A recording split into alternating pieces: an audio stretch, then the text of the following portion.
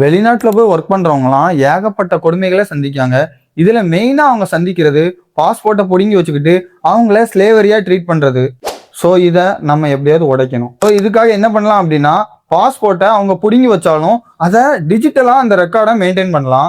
User ID password கொடுத்து அந்த பாஸ்போர்ட்டை அவங்களால ரீட்ரீவ் பண்ற மாதிரி ஒரு டிஜிட்டல் ரெக்கார்ட்ஸ் மெயின்டைன் பண்ணலாம்.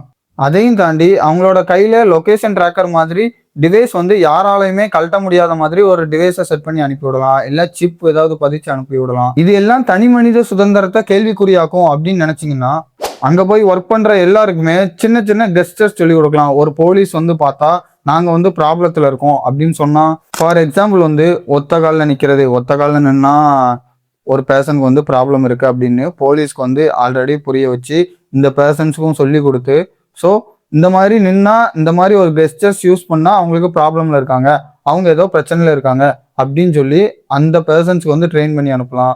அப்படி இல்லைன்னா அவங்களோட பாஸ்போர்ட்டையே சின்னதாக ஒரு டேட்டூவா குத்தி அனுப்பி விடலாம்.